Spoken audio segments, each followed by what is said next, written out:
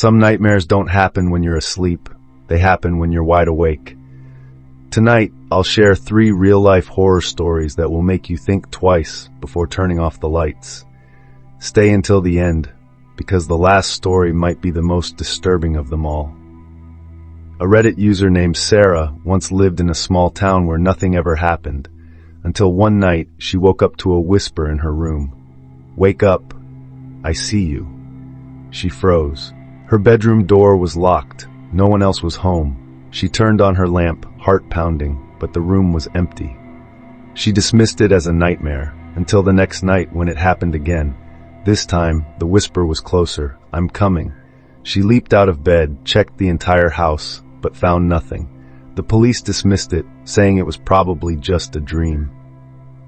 The third night was different. She heard breathing, right next to her ear. A cold hand touched her shoulder. She screamed, flipping on the light. Her closet door was slightly open. Inside, she found a small crawl space and footprints in the dust. Someone had been living inside her walls. Jake had just moved into his new apartment when he started hearing faint scratching noises at night.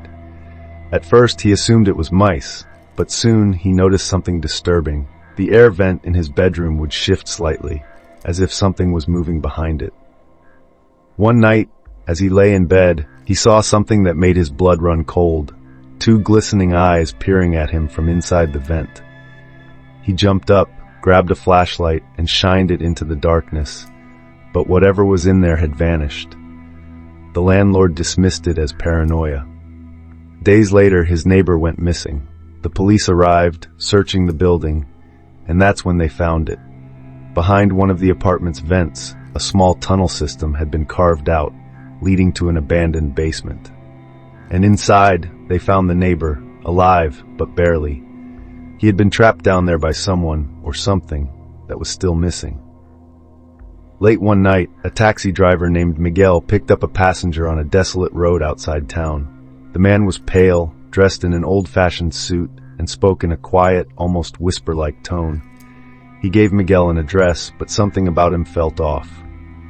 As they drove, Miguel noticed the man never blinked. He never moved. And worst of all, his reflection wasn't in the rearview mirror.